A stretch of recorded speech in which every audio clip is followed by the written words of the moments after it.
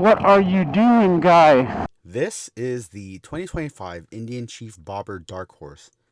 Before you even hit the start button, this thing already feels like it wants to punch a hole in the atmosphere. I like the blue paint, gives the bike a little less of a mean look. However, it's low slung and unapologetically American. This bike doesn't ask for attention, but rather it demands it. Okay, so first impressions, this thing absolutely rumbles. You don't need to rev this thing out at all to make this thing rumble because it just wants to go. And you're going to find yourself shifting all the time anyways after the chassis vibrates like crazy. This is actual earthquake in your chest vibes. Let's see. All right. Tim, Mounting it on. Tim, where you at? Oh, this feels a lot heavier. 100% heavier. Yep, and then start. Screen takes forever to turn on. So, like, do I have to wait until the screen's all the way on? Oh my god, taking forever. Come on. Okay, so it has to be... Is the screen not working? Hello? Oh, Jesus. Okay, wow. That took forever. Ooh. This one has... Why does this one feel less aggressive? Only revving to 5,000 max? Now let's see. Let's go into first gear. Hold it down. Okay, so this is actually... seems like this is a lot nicer in terms of ergonomics, but we'll see what this Chief Bobber Dark Horse is like.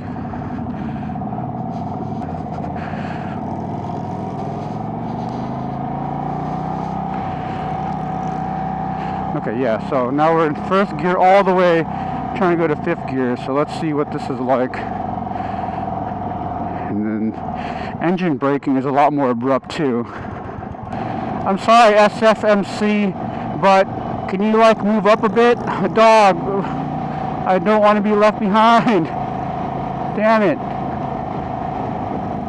Okay. What are you doing, guy? The ergonomics in this are a lot more different. Doesn't seem like there's a lot of aftermarket stuff compared to the Scout Sport Limited with Tech Package. I feel like I have to say the whole name. What is this guy doing, dude? These grips are fat, like they are thick grip. Got some thick grips here. These mirrors don't feel as long, I guess, but they work. They're perfect, actually. I can see right over my shoulders. It seems fine. I like staying in second gear. I could try third, but then it just feels like I'm lugging the engine, although this seems fine. That Thunderstroke 116 underneath me is no joke, and the torque's just there, and whenever you think about twisting the throttle, you know it's going to carry you forward through pretty much any situation you need to get yourself out of. I like the feeling of this engine a lot more than I do the Scout Sport. I'm sorry, but I think this is perfect. I'm at 3,000 RPM right now, and it doesn't feel too vibrating. If I try to go to even 4 and 5, doesn't feel. So I'm at 3.5. Yeah, I would imagine it's not that bad at 4 or 5 either, but we can find out soon. Stuck in second gear because why not? 3,000 RPM seems like a good sweet spot for this. Okay, so we're gonna turn left here. Hooray! Cool. Sure, make a left turn. Eventually. Do I stay in second?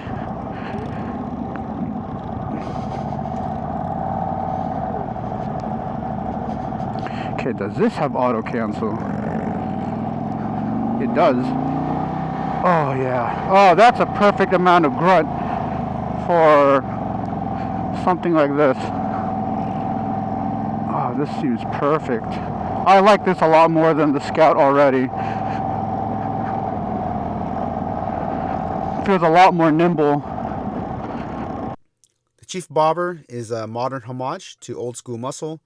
Steel frame, solo saddle, chunky tires wrapped around spoked wheels.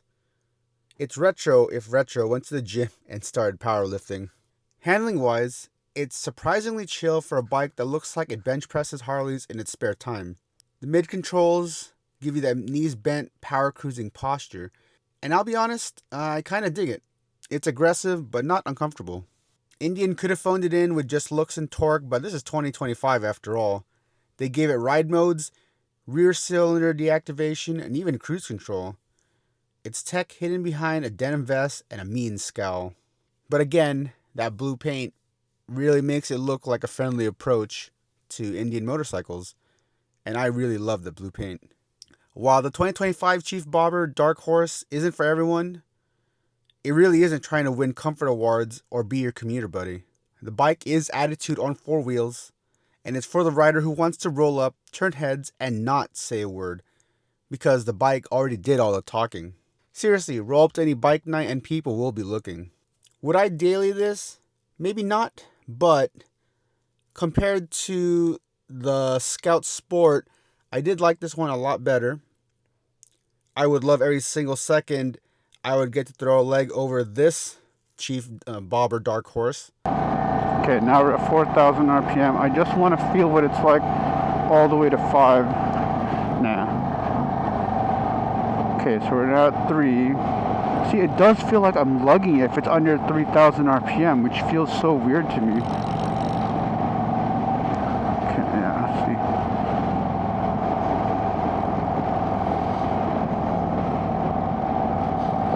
Yeah, now we're at 2,000 RPM and just... There we go. And then it brings it back to life when it's above 2,000 or 2,500, 3,000 RPM. Okay.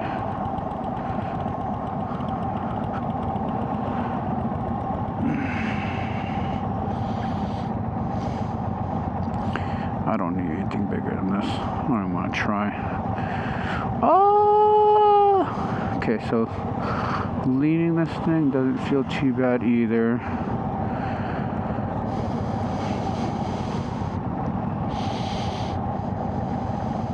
Button placements are nice. Everything here, switches and all that. Music, you can play music. It's part of the Bluetooth.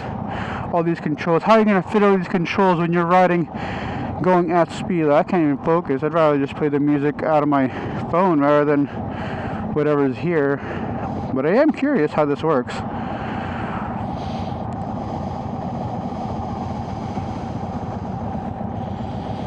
Oh, I'm in second gear again. Okay, that one shifted a little bit faster in terms of what it shows on the screen, unlike the Scout.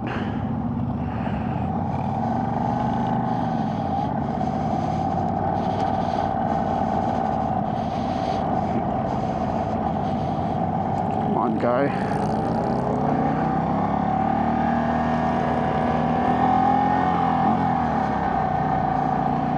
The fuck? Damn. It did flash, tell me to shift, and I did. Interesting fuel cutout. So that's 3, 2, 1. And, you know, if I ever just want to go putt around town, yeah, this one might be it. Overall, I found the bike to be enjoyable, exactly what a bobber should be. While I actually don't think I need to ride a Harley alternative, it'd be good for me to try one out just to see a comparison. But for now, I can say I enjoyed this Chief Bobber Dark Horse. Yeah, this is cool. For the most part, I think this is cool. So if I wanted a cruiser that looked like an aggressive cruiser, it would definitely be a Chief Bobber Dark Horse. I thought I wanted the Scout, but maybe not that Scout Sport. But I like this Chief. It's huge. Like, it feels big just riding this. But we should totally see what it's like on the Scout 101. The Scout 101 looks really nimble. It looks like a nice FTR replacement, if anyone even remembers what an Indian FTR is.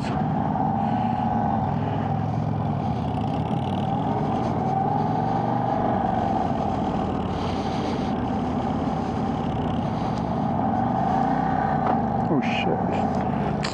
See, it went into neutral right away. I did not feel it go into neutral. That was really strange. Okay, over these bumps, like, oh, there we go. Feels fine. Absorb these bumps. Yeah, not bad. You can really feel it in the handlebars, but at least in the seat, it's not too terrible. I want to overtake this guy so hard, dude.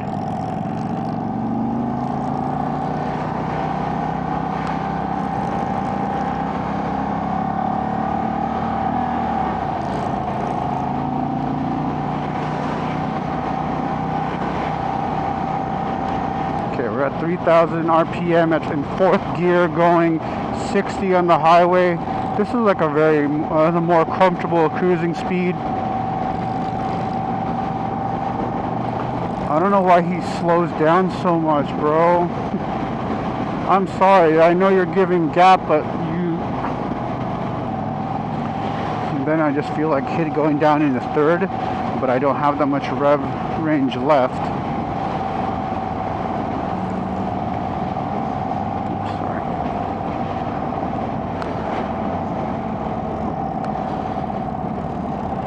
Dog, you are hitting the brakes way too early.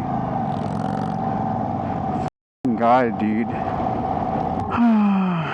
Everyone keeps switching back and forth, back and forth, back and forth. Cruise control here, and you turn this cruise control somewhere.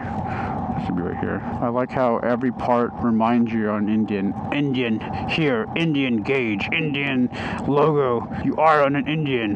Powered by a Thunderstroke 116. This has more torque than the other bike, which makes sense, but it feels like it runs a lot smoother. Final thoughts on this bike? It's time to bring it on. Let's bring it home. Do I like this motorcycle? Yes. Would I ever get this? It doesn't fit my needs or lifestyle right now, but this has always been on my list. A step above the Scout in terms of size, in terms of maybe performance, but I'm still a big fan of having nimble bikes because I don't like having to move around a two-wheeler on busy roads and having a hard time moving them just because of the sheer weight. It's the same thing with me and muscle cars. I would rather have a nimble car that can be thrown into a corner much easier, but if I wanted a long distance rider, would I get this bike? It kind of depends too, you know. There are so many options out there in today's world, and I'm sure there have been for a long time before even I started riding, but a Japanese standard bike is something that I would feel more comfortable not only riding, but also maybe having repaired down the line, especially since I would assume there are a lot more Japanese service station or dealerships than Indian specific dealerships or shops. I mean, I've seen a lot of Indians, especially on my road trips, a lot of Indians and Harley dealerships, but it feels like they're so specialized, you know. The one other thing I like about this bike is this color. It's a nice color. 4-gallon tank. What, pay $500 more just for a red color? Storm gray. Oh, this is gray, not even blue. Interesting. That's cool. What I mastered any... Oh, God. Oh, look at that. More things. There's a GPS. Yeah, look at that. And it has GPS. What else can I do on this thing? Let's go back on the bike. Yeah, I get to see what my bike looks like. At least I don't need to take off my gloves to press on the screen, so that's always a good thing. But I guess once you disappear from the screen while you're riding, you're not going to know any of the other stuff. So in which case, having 2 gauges or screens would be beneficial instead of relying on just one. But if we're talking about cost savings, maybe that's why. Who knows anymore, honestly.